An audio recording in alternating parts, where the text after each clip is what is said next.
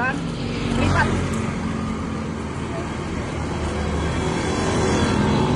Dan seluruh baliho yang bergambar Anies, pada kesempatan pertama kami menginstruksikan juga kepada seluruh kader Partai Demokrat Kabupaten Cianjur untuk menurunkannya.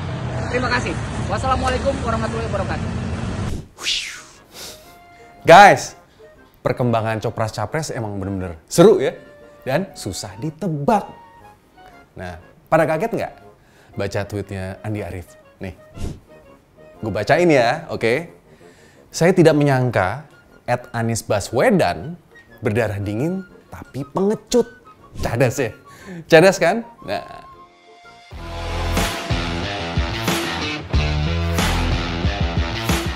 Nih kalau lo inget ya, Andi Arief, politisi Demokrat nih, yang pada waktu pemilu lalu, beliau juga memaki guys. Memaki dengan kata-kata Jenderal Kardus. Nah, kejadian ini buat Partai Demokrat udah seperti deja vu guys. Gimana enggak? Partai Demokrat nih udah seperti dihianati oleh baca presnya. 2 kali lagi dengan baca presnya yang beda-beda. Kalau pada gelaran pemilu lalu nih, Demokrat merasa nih dikhianati oleh Prabowo yang akhirnya lebih memilih Bang Sandi. Nah, kali ini kubu Demokrat merasa ditusuk guys dari belakang oleh Anies Baswedan. Nah, Demokrat merasa dipaksa menerima keputusan itu. Fait accompli untuk sekjen ini Partai Demokrat, yaitu Tengku Rifki. Nah, bahkan Tengku Rifki menambahkan kalau persetujuan ini dilakukan secara sepihak atas inisiatif dari siapa? Ketum Nasdem, Surya Paloh. Kalian udah baca belum? Hah? Surat yang beredar nih dari Anies ke AHY yang dibuat kira-kira bulan Agustus 2023 lalu guys. Nih, gue tampilin ya, lo baca sendiri. Jadi Anies tulis surat cinta nih ke AHY, tapi menuju ke pelaminannya sama Caimin. Bener gak sih? Hah? Dalam sih itu, kalau menurut gue.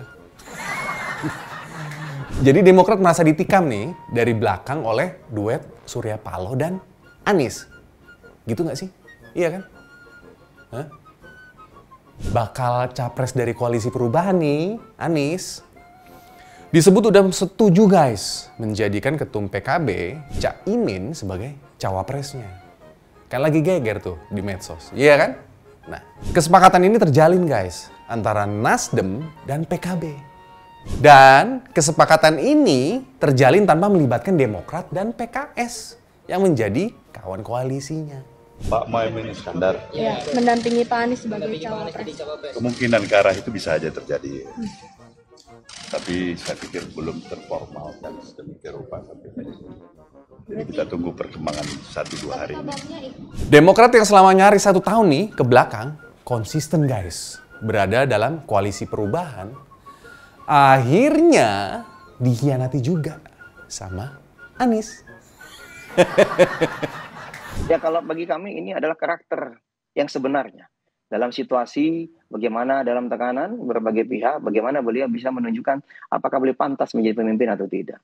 Bagi kami ini adalah uji karakter dan mohon maaf, kami sangat kecewa, ya karakter yang sangat tidak menghormati kesepakatan, tidak punya komitmen, tidak pantas dan tidak bermoral bagi kami tadi. Ini yang kami sangat sedih. Harusnya sang pemimpin berjiwa satria, sampaikan apa adanya, terbuka di depan. Bukan bermain di balik kata-kata. Kan begitu. Substansinya aja sampaikan. Jika memang ada apa-apa sampaikan. Bayang ya, minggu lalu 3 hari roadshow itu berbicara mengenai rencana deklarasi ya Anies dan AHY. Silakan. Kalau setelah ini Mas Anies atau teman-teman dari mantan mitra koalisi kami ingin membantah. Silakan. Kami punya bukti-buktinya. Nanti kami akan tampilkan jika memang akan dibantah oleh pengkhianat yang bernama Mas Anies Baswedan dan teman-teman Nasdem. Oh lala, Nis. Mosok anaknya Pepo, ente kerjain juga. Gile. Ini baru guys, namanya koalisi perubahan. Maksud gue perubahan personil. Sabar, yang tabah ya Gus, santai. Udah gabung aja sama koalisinya si rambut putih. Emang ente nggak capek selama 10 tahun tuh di luar mulu? Iya kan Gus? Nah, sekarang nih guys, gue bahas cawapresnya si Anies ya. Oke? Gini. Nah, ini setidaknya sampai bulan September ini nih, para politisi masih asyik berdansa. Nah, kadang nih, yang terlihat berdansa-dansi bertiga kompak, nggak taunya salah satunya juga dansa-dansi dengan calon yang lagi galau berat, men. Gimana nggak galau berat, bos? Udah setahun pas ini setahun pas nih. Doi pacaran, udah dikasih harapan, udah didongengin macam-macam kesana kemari. Nggak taunya, bukan diajak ke pelaminan, tahu-tahu nih si Opa malah bawa teman deket guys ke rumah. Bawanya langsung 2 lagi. Lo bisa bayangin kan? Nah, orang satu aja nih nggak putus-putus. Si Opa malah kedatangan kawan baru. 2 men. Dan Caimin, gitulah panggilan akrabnya, udah merasa dikhianati guys. Semenjak Opa bawa pulang kawan deket baru. Apalagi nih, yang baru-baru ini nih, perasaan Caimin tambah galau berat cuy. Pada waktu ulang tahun ini ke-25, si kawan baru Opa, si Biru.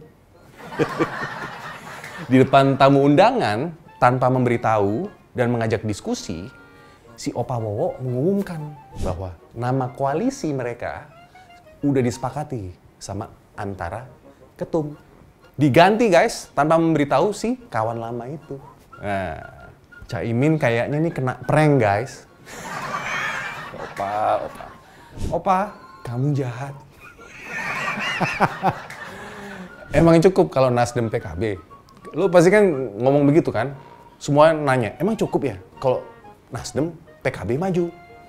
Gini guys, jadi hitungan kursinya gini. Dengan didukung Nasdem dan PKB, Anies dan Caimin berarti memiliki sekitar 117 kursi di DPR. Nah, artinya udah bisa mereka melenggang ke pelaminan. Karena kan syaratnya untuk presidensial threshold nih udah dipenuhi 25% kalau nggak salah. Iya, 25% atau 115 kursi. Nah, pasti kan lo nanya lagi kan? Terus Demokrat dan PKS kemana dong nih? Iya kan? Kalau Demokrat, gue lihat di berita nih, lewat jubirnya Herzaki dengan tegas menolak ikut di koalisi baru ini. Bentukannya Nasdem sama PKB. Ya, sementara kita sebut aja dulu koalisinya duet Amin, oke? Yaitu Anies Muhaimin. Waduh. Nah, kalau PKS gimana nih posisinya? Gini, kalau untuk PKS, gue yakin banget. Ini mereka nantinya akan menjatuhkan pilihan dengan ikut mendukung duet Amin.